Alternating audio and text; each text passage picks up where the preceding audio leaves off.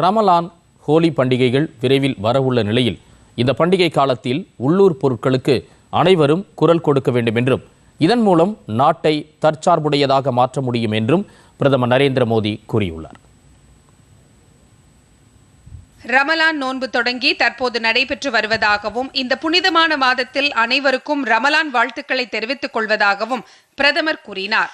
அடுத்த சில நாட்களில் வண்ணங்கள், வண்ண பொடிகளுடன் மகிழ்ச்சி நிறைந்த கொண்டாட்டமான ஹோலி பண்டிகை வர இருப்பதாக தெரிவித்த பிரதமர், குடும்பத்தினருடன் இந்த பண்டிகைகளை அனைவரும் கொண்டாடி மகிழ வேண்டும் என கேட்டுக்கொண்டார்.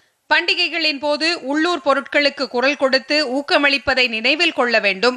ஹோலி பண்டிகையானாலும் வேறு எந்த பண்டிகையானாலும் அயல்நாட்டு பொருட்களை புறந்தள்ளி சுதேசி பொருட்களை வாங்குவதை முன்னுரிமையாக கொள்ள வேண்டும் என நரேந்திர மோடி வலியுறுத்தினார்.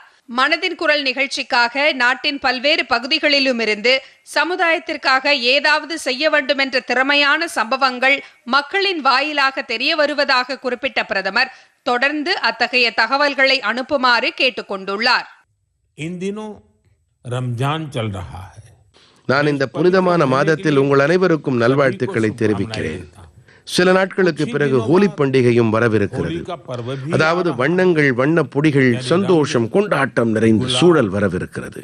நீங்கள் அனைவரும் உங்கள் குடும்பம், உங்கள் சுற்றத்தாரோடு சந்தோஷமாக அனைத்து பண்டிகைகளையும் கொண்டாடி மகிழுங்கள். அப்புறம் சில மந்திரங்களை எப்போதும் நினைவில் வைத்திருங்கள்.